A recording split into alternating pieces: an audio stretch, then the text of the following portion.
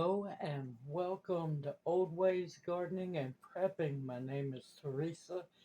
I'd like to welcome you into the kitchen on this chilly night where we're going to have some fun making not your normal banana bread. The basis for the banana bread is the same for most of them. It's the extra ingredients we're going to add to it. But for now, I want to talk a little 101 about bananas and making banana bread. For those who've made banana bread before, just bear with me. These are beautiful bananas. Yes, beautiful. Not ew. This, or a lot darker, is what ripe bananas are. The darker the peel, the sweeter the banana is. And a lot of times you can get these on clearance like I did for 39 cents a bunch. Yes, 39 cents. The bananas that you're used to eating, those are green bananas. They are not ripe bananas. They are fairly fully grown, but these are gold. These are the bananas, like I said, or darker peels are the bananas that you're looking for banana bread. It'll make sweeter, better tasting banana bread. So, no, I'm not going to use all these bananas up tonight, but I am going to go ahead, mash them up, measure them, and then I'm going to freeze what I don't use. Yes, you can freeze mashed bananas, y'all. Or just go wild and have a whole day of making banana bread and freezing the banana bread, which as long as you wrap it up really good in the parchment paper and then wrap it in aluminum foil and then put it in a Ziploc bag. I know it's a lot of steps, but your banana bread will stay perfect in there. Now, as always, a big bowl. And you're going to want a bag to put your banana peels in because you do not want to throw your banana peels away unless you don't garden. Now, these banana peels, you'll want to take the stickers off, of course.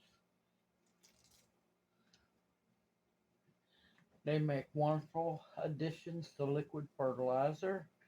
Also, if you don't have a use to make fertilizer, um, you can lay them around the base of roses. Roses love banana peels. Or just put them in your compost pile.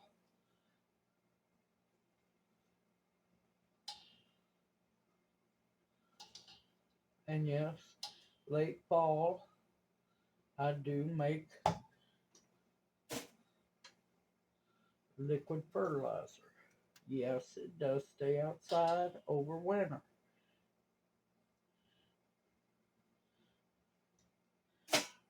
As long as you don't fill your bucket up all the way, it'll be able to expand upwards and your bucket will be fine.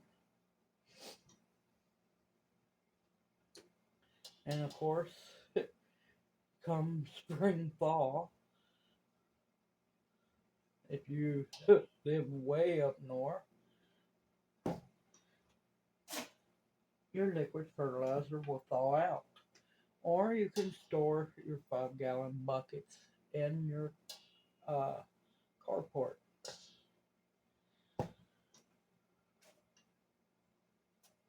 See, even though they're brown on the outside, they still not quite mushy.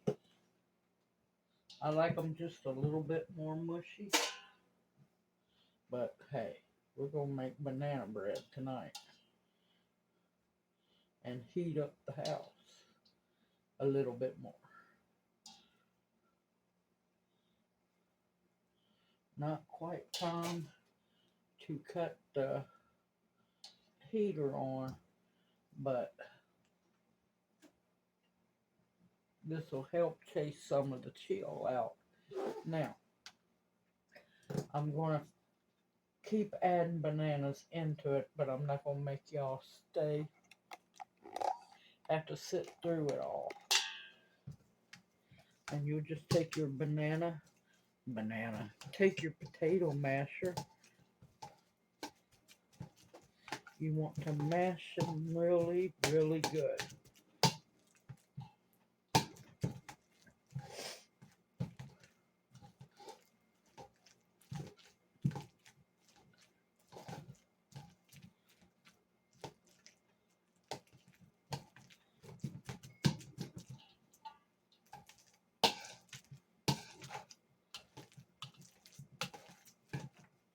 We'll make sure they're good and mashed. Now, for each I'm going to be making 2 different batches of banana bread. The banana bread batter will be the same for both. It's the ingredients, different ingredients I'm adding. I'm blowing out the door on the box and using some really interesting ingredients people aren't used to using. Because like I said, I plan on leaving this world fully seasoned. Alright, for each batch of banana bread, this is a bigger recipe that makes a bigger batch. So you'll need 2 cups of mashed bananas for each batch. So I'm going to finish mashing the bananas and I'll bring you back to show you how I put them up to store them. I'll see you back here in a bit. Okay, the bananas are all mashed. Now I usually leave mine a little bit chunky, but once in a while I will take the whisk to it. If you have a texture issue, you can always put them in a blender and puree them. Alright, like I said, I want 2 cups for each batch of banana bread. So you're going to just measure out 2 cups of bananas.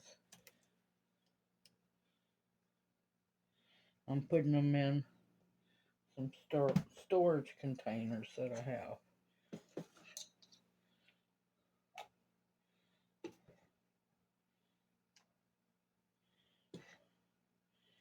And like I said, I'm going to be making 2 batches. So, okay. Now, the way I do my freezer bags is I fold top over. And that way, when you're working with gooey ingredients, you can just pour it in and it doesn't get all on your track of your Ziploc bag.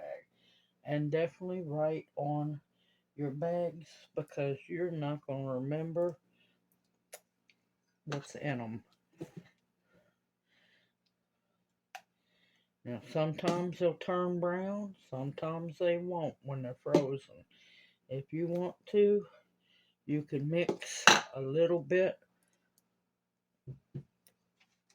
of lemon juice in with the mashed banana.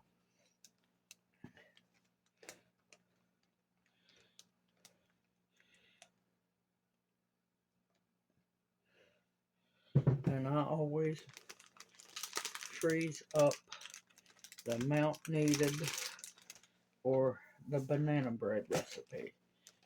And as you can see, it's clean. and can go straight into the freezer once I'm done.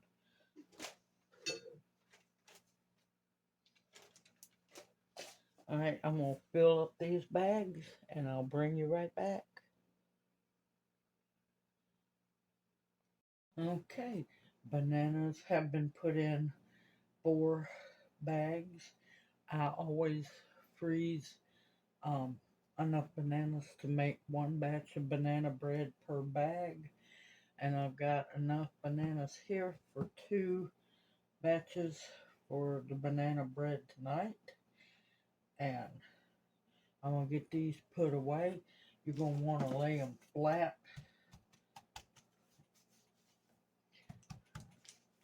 in your freezer till they're froze solid, and then you can stand them up. It'll take less room. Alright, I will bring you back once I get these put away. And also cover your bananas, because if there's one gnat in the house, it'll get in your bananas. I'm going to put these up. I'm going to put these up in the freezer, put one of these in the fridge, and I'm going to get all my ingredients, and we're going to get to making banana bread with a twist. I'll see you back here in a little bit. Okay, it's time to get busy making some homemade banana bread. And this is an old recipe, that's why it makes several, well, 2 loaves of banana bread, also quick bread. In the bowl here, I have room temperature 10 tablespoons of room temperature butter. Real butter, y'all.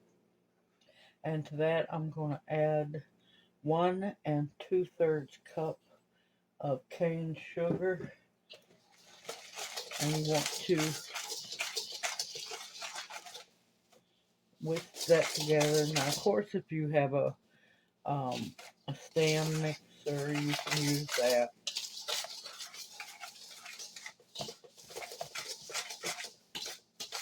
But I don't have one of those, so I do it the old way. Okay, now to this, I'm going to add 4 eggs.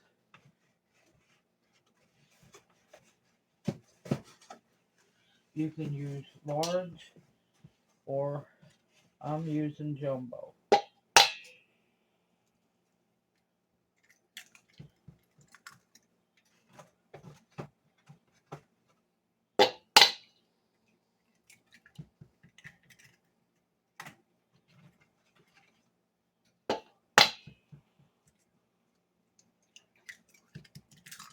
Oh, double yolker, y'all. Good luck.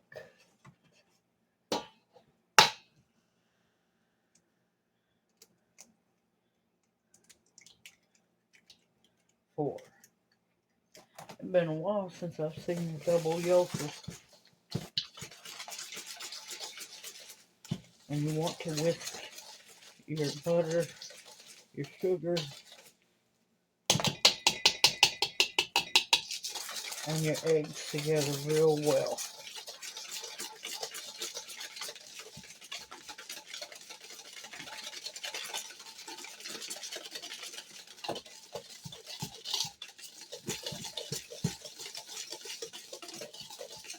Basically what we're doing is adding all the wet ingredients together first and getting the sugar mixed in real well. Alright, I'm going to add, and this is where it varies from different recipes. I like to add vanilla in mine. Not a whole lot, but about a teaspoon. And that's real vanilla, not beaver gland vanilla.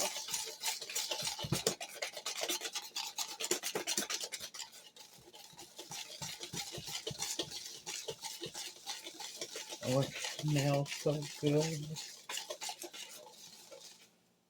Alright, now we're going to mix in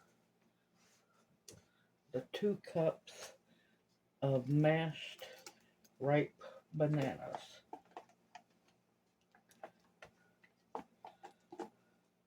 Like I said, this makes 2 loaves.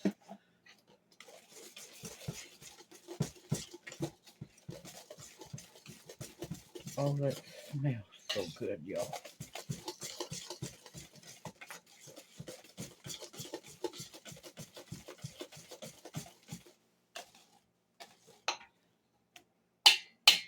Jane is coming and inspecting. She hears me in the kitchen cooking.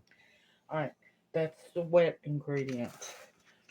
In this bowl, I have the dry ingredients. You're going to need 2 2/3 cups of plain flour, all-purpose flour. Don't use self-rising or anything like that. You just need all-purpose. 1 teaspoon of salt, which is a preservative.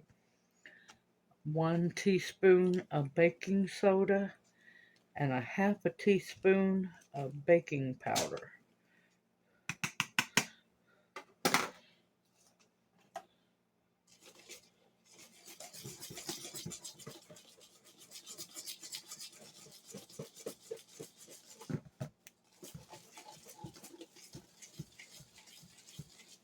I know what I'm fixing to do. Hold on just a minute. I didn't think about it till my bowl started spinning. Smooth surface, put a pot holder underneath and it'll stop spinning on you. That's an old trick there.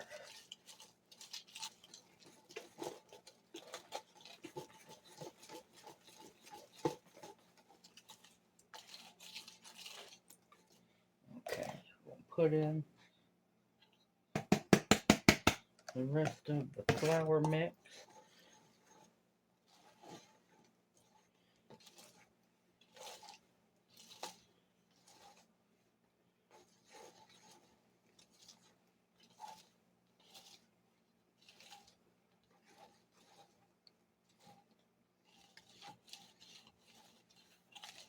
Now I already have the oven preheated at 350 degrees. You want your top rack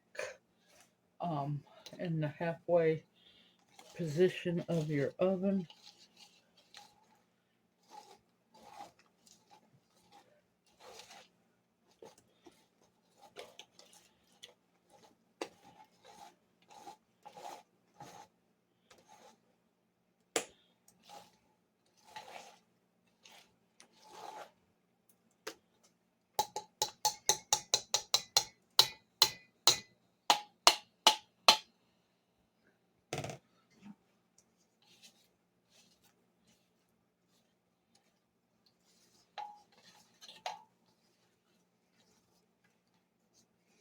Now here comes the fun part.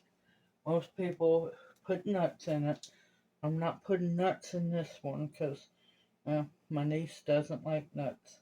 So, I usually put chocolate chips, but I'm doing a mixture of semi-sweet chocolate and, yes, cream cheese chips. I have 2 cups mixed here, but I don't think I'm going to add them all. Now, yes, the chocolate chips might look a little pale. They have done what is called blooming. There is nothing wrong with them. They still taste great.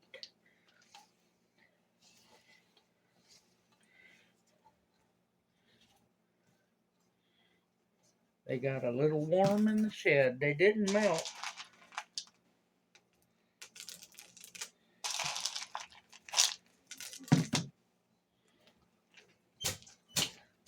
Now you can mix different chocolate chips together. You can do some dark chocolate and some milk chocolate. You could do butterscotch if you wanted to. I wouldn't do the mint because that's just not gonna. That's gonna taste weird as can be.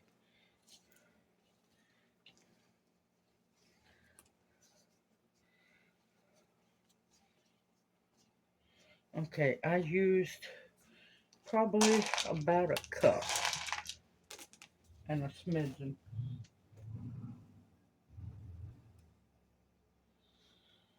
Oh God, these people. About a cup and a smidgen of the mixed um, semi-sweet chocolate chips and the cream cheese chips. What I'm thinking is it's going to taste, well, it tastes to me personally, it tastes kind of like a banana cake with cream cheese frosting. Okay, like I said, it makes two loaves. So I already have my loaf pans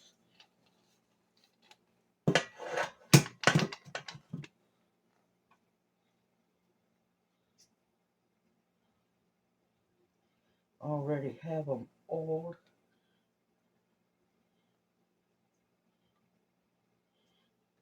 And the fun part is trying to make sure you get half of the batter in one pan and the other half in the other. That's why I love older recipes. They make it interesting on you.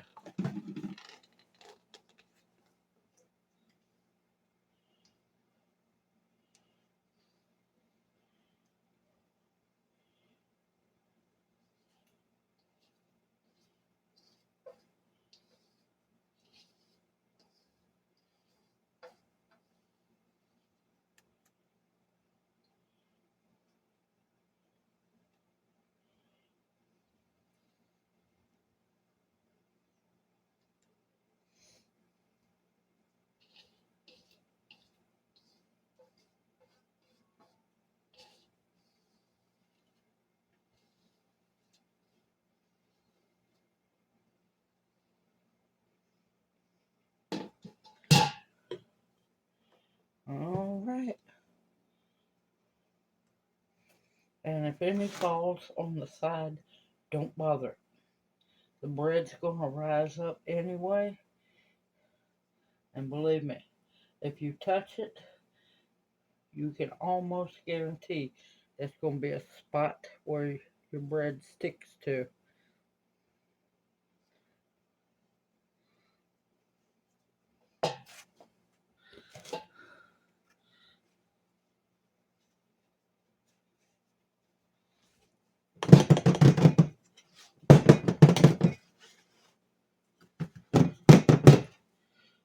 Okay. Now, like I said, you want to try to make sure each one is even. That way, well, now you can see, make sure that they're even. That way they bake um, at the same time and they're done at the same time. Now, they're going to bake from anywhere to 45 to 60 minutes. It depends on your oven. Now, like I said, 350-degree oven. About at the 45-minute mark, I'm going to take a toothpick or butter knife. I'm more known to do a butter knife. Try have the center. Now, if you see melted chocolate on the butter knife, that's fine. That's to be expected. What you don't want to see is any gooey dough on your cake knife, on your butter knife. Once you stick your knife in, you bring it up, you see chocolate melted, that's fine. No dough means your bread's ready. Now, if it starts getting a little too dark, starts getting dark before it gets done, cover them each with a piece of aluminum foil. Alright, I will. bring you back as soon as these come out of the oven. See you after a while.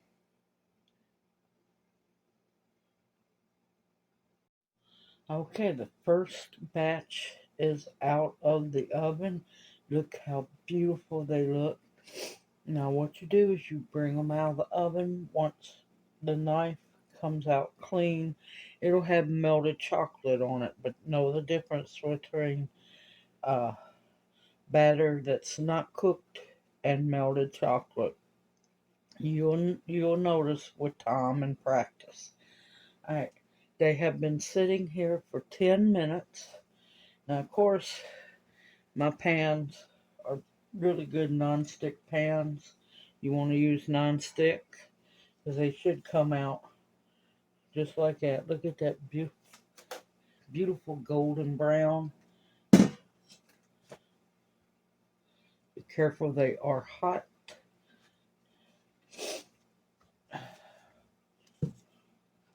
And they should pop out just like that.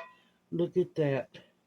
I know it's showing darker than it should, but that's golden brown. That's that brown banana color. Alright, now what you want to do is let them completely cool before you cut them. That way they won't fall apart on you and they'll cut easier. While these are cooling, I'm going to get started on the second batter, but I'm not going to make y'all go through me making the same batter again. Now, I'll bring you back when it's time to add the extra ingredients once the batter's made.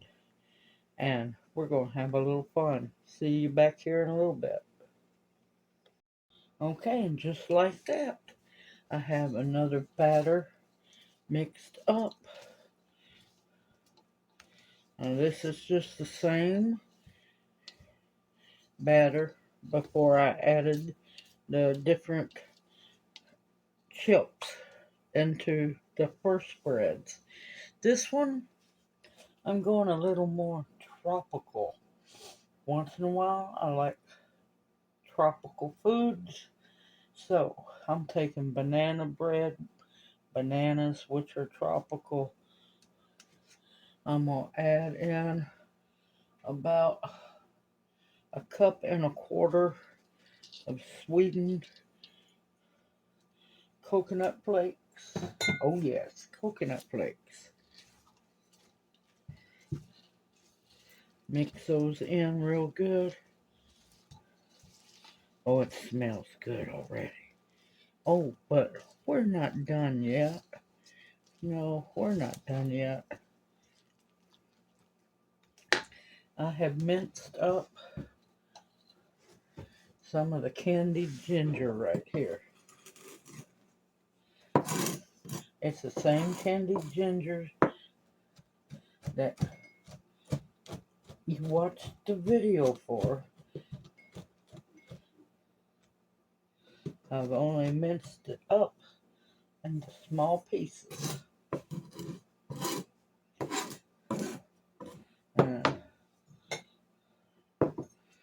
You can smell the ginger. Oh, it smells so good.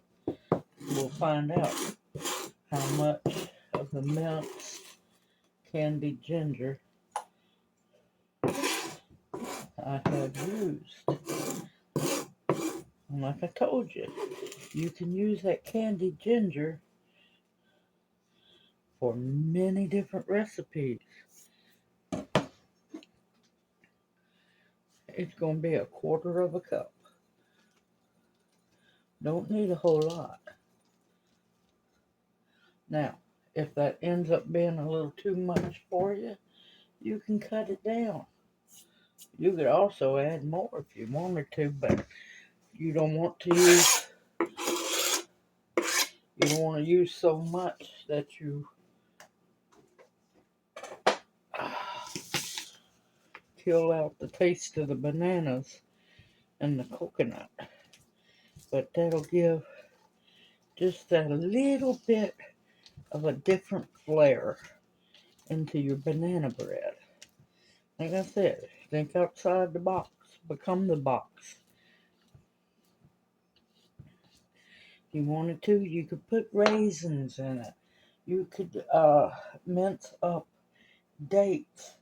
Of course, in either one, you can add nuts as well. Alright, and that's all I'm going to add to this one. Bananas, coconut, and ginger. This is going to smell good, bacon. Alright, like I said, this recipe makes 2 loaves. So you want to have your pans oiled and, of course, have the oven preheated at 350.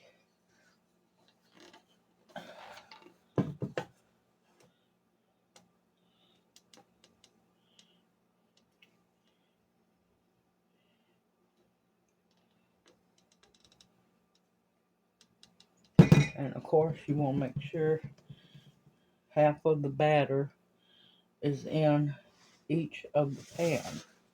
Oops. Paper towels rolling everywhere. Mm.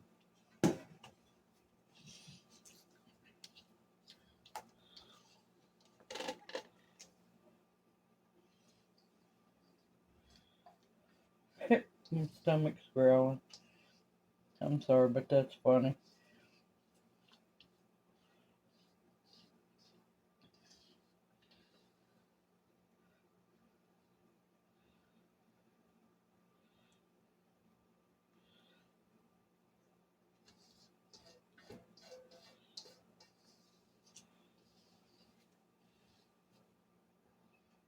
And you want to make sure you get all of it out of that bowl.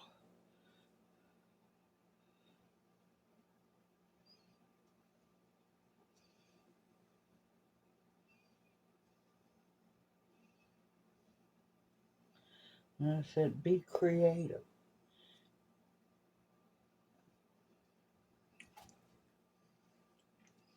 All right.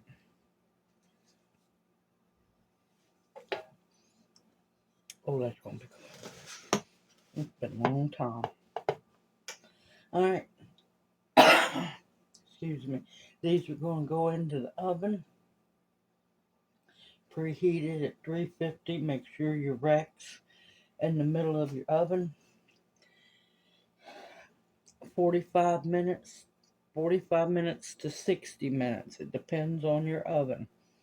Now this one won't be as hard to check for doneness as the chip one. But when your knife, butter knife, chopstick, toothpick, whatever you use, comes out clean, you know they're done. Now, check them at the 45-minute mark. It all depends on your oven. If they start getting a little too brown, cover the pan with some aluminum foil and let them continue to bake until whatever you use comes out clean. Alright, these are going in the oven. I'll see you when they're done.